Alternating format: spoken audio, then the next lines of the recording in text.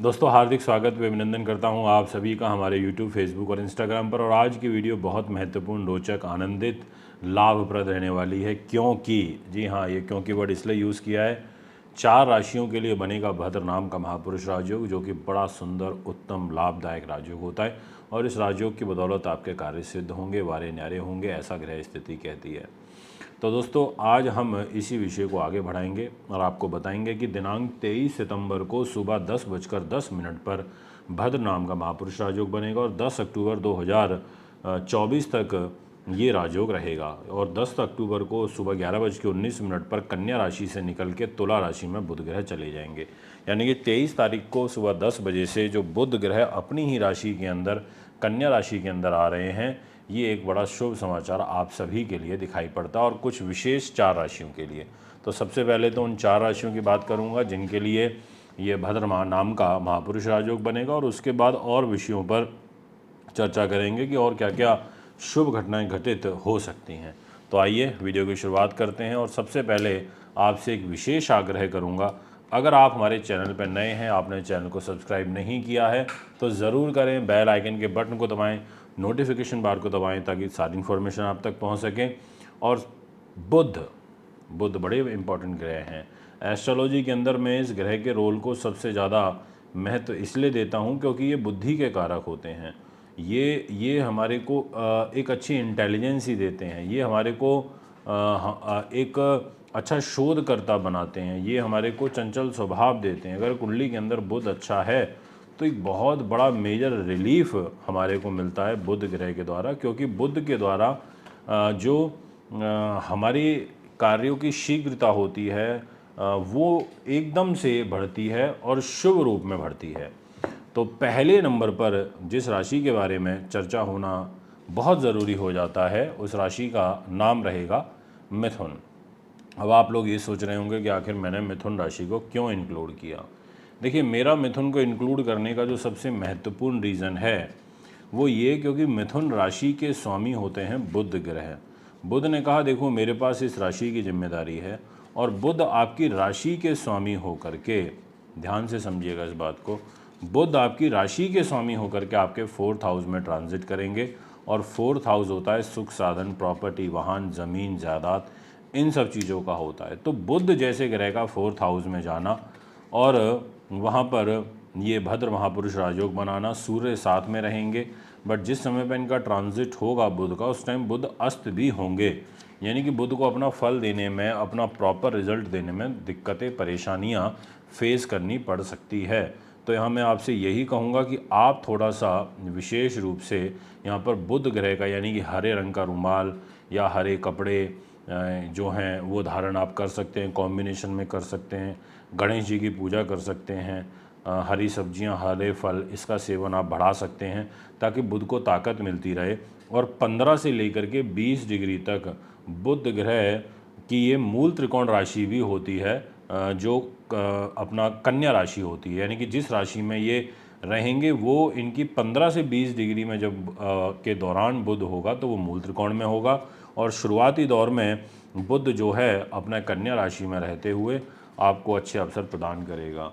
तो दोस्तों एक तरीके से अगर देखा जाए तो 10 अक्टूबर तक बुध यहाँ पर रहने वाले हैं, और नवरात्रे आई थिंक 3 या 4 तारीख से शुरू हो जाएंगे। तो नवरात्रे जब शुरू होंगे तो एक और एडवांटेज आपको मिलेगा कि आप कुछ नया खरीद सकते हैं। और दूसरा एक एडवांटेज ये मिलेगा कि जिस समय नवरात्रे शुरू होंगे उस टाइम पर जो शुक्र हैं वो भी स्वयं राशि के होंगे, और उस टाइम पर आपके जो बुध हैं वो भी स्वयं राशि के होंगे।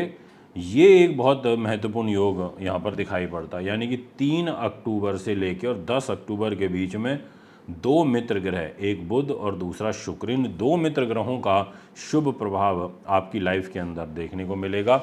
ये एक सबसे बड़ा प्लस पॉइंट आपके लिए नज़र आ रहा है। अभी मैं आपसे बात करना चाहूँगा नेक्स्ट राशि के बारे में, और नाम रहेगा दोस्तों कन्या।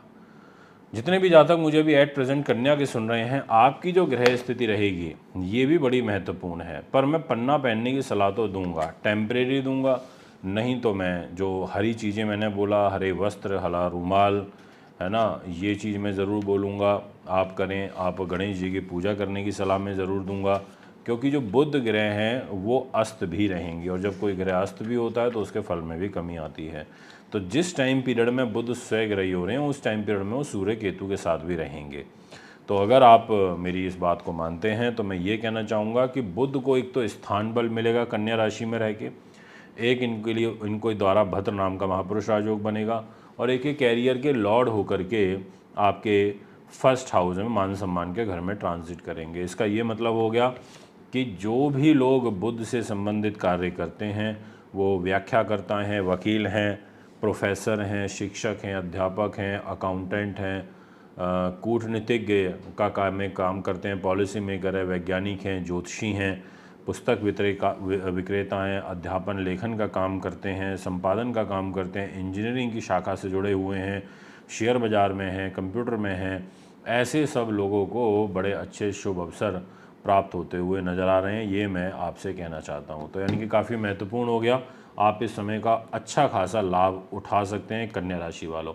और इतना ही नहीं, साथ में शुक्र भी सेकंड हाउस में रहेंगे, वो भी स्वग्रही रहेंगे, ये भी एक अच्छी बात हो गई। तो जो नवरात्रे आ रहे हैं अक्टूबर के ना, ये आपके जीवन में खुशियाँ लेकर के आ रहे हैं, ये मैं आपसे कह सकता हूँ। अब मैं आपसे बात करूंगा नेक्स्ट राशि के बारे में, और नाम रहेगा धनु। अब धनु राशि को मैंने क्यों यहाँ पर इंक्लूड किया, उसका भी मैं आपको तर्कसंगत जवाब देना चाहूँगा। देखिए, धनु राशि जो होती है उसके जो स्वामी ग्रह होते हैं वो हैं देवगुरु बृहस्पति, और जो बुध ग्रह हैं वो ट्रांजिट करेंगे आपके दसम स्थान में, यानी कि कैरियर के घर में। और बुध आपके दाम्पत्य जीवन के लॉर्ड होकर के 10th हाउस में आएंगे, मैरिज को लेकर के 10th हाउस में आएंगे, कैरियर, प्रमोशन, उन्नति, ये सब चीज़ों के घर में आएंगे। 23 सितंबर से आएंगे।